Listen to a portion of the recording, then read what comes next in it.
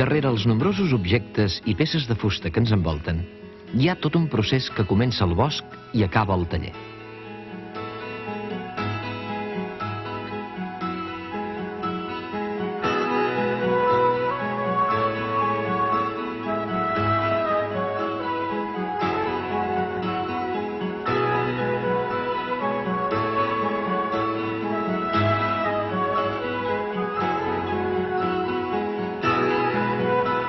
Al bosc, triem el tipus d'arbre que ens proporcionarà la fusta més adient a l'ús que en vulguem fer.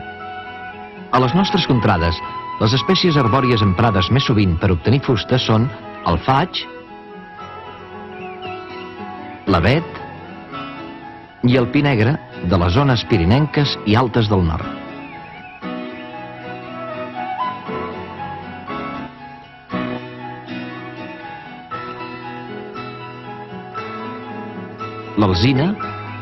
L'alzina surera i el pi blanc de les zones costaneres del Principat. Al País Valencià i a les Illes, el bosc natural és d'alzina i pi blanc. D'aquestes espècies són coníferes el pi i l'avet. El seu fruit té forma de con i les fulles són perennes. Són frondoses el faig i l'alzina, i també el castanyer i el pollancre. La seva fulla és ampla i la majoria de les frondoses la perden a l'hivern. Les fustes de les coníferes generalment són toves i fàcils de treballar. Les de les frondoses, pesants i compactes, són més dures i resistents. La millor època de l'any per tallar tota mena d'arbres és l'hivern. La menor circulació de saba fa que la fusta tingui menys cel·lulosa i albúmina, aliment dels corcs. Per això és més difícil que hi apareguin paràsits.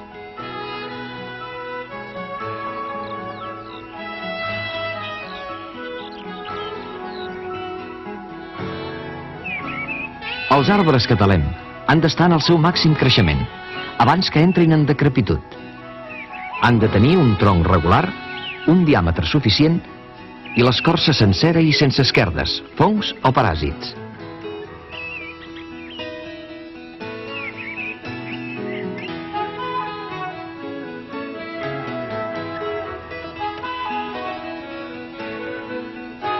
La capçada ha de ser vigorosa.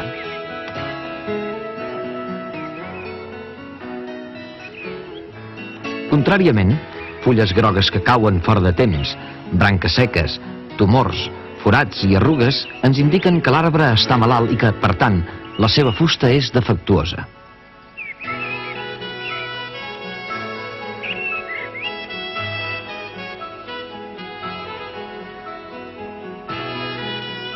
L'edat aproximada per abatre les diferents espècies és la següent. Pollancres, 30 anys. Oms i pins, 70.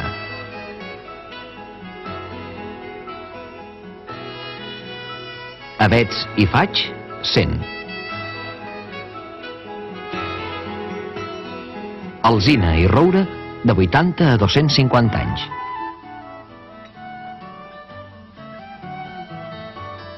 Bona part de la fusta que s'empra per fer mobles o altres objectes és d'importació. D'Amèrica Central i el Brasil venen la caoba i el cedre. D'Àfrica, el banús, l'ocomer, l'ambero, el coral, l'abebai i la perigota. D'Àsia, la teca i també el banús. D'Austràlia, l'eucaliptus i l'acàcia.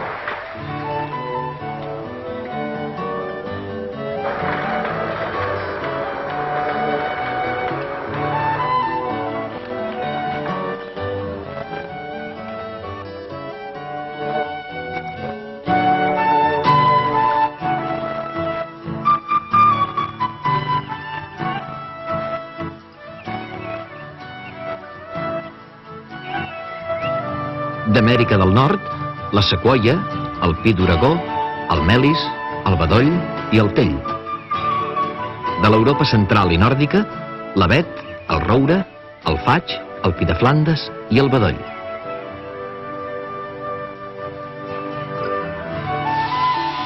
Per talar utilitzem la serra mecànica,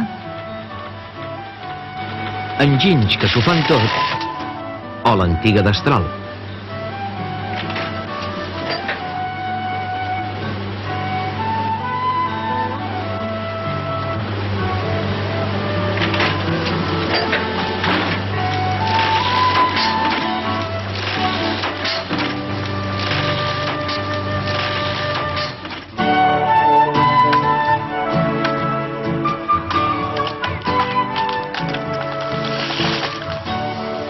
Un cop a terra, cal que examinem l'aspecte intern del tronc.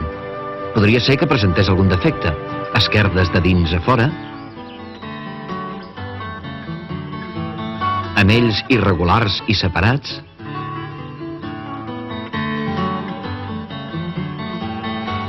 infeccions produïdes per fongs, esquerdes de fora a dins, o nusos enquistats.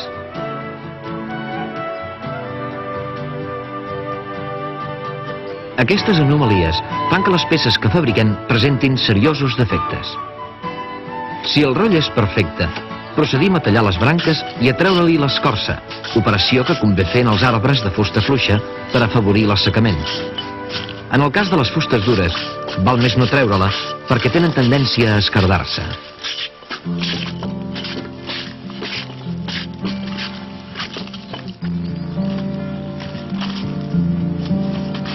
L'arbre abatut es cubica i es transporta al lloc de destinació pels mitjans que l'orografia faci més aconsellables.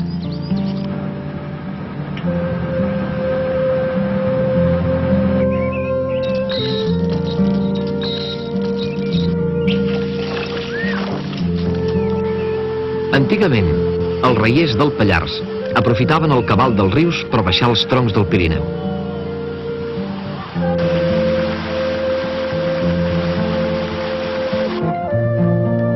L'assecament fa que la fusta millori les seves propietats físiques i es pugui treballar més fàcilment.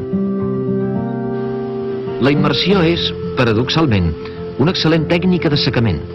L'aigua evita que la saba s'assequi i tapi els vasos, i per osmosi la desplaça. L'aigua més fluida s'evaporarà després. A la serradora, i segons el tipus de peça que vulguem obtenir, espassejarem el buscall.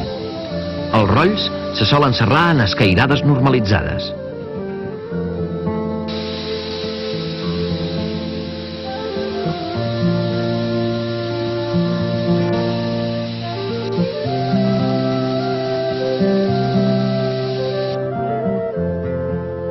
Cadascuna aprofita de manera diferent les propietats mecàniques i estètiques de la fusta.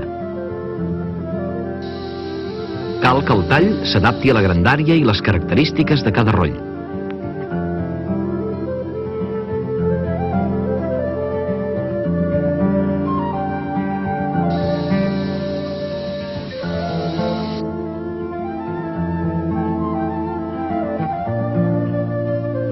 Els talls solen ser plans o radials.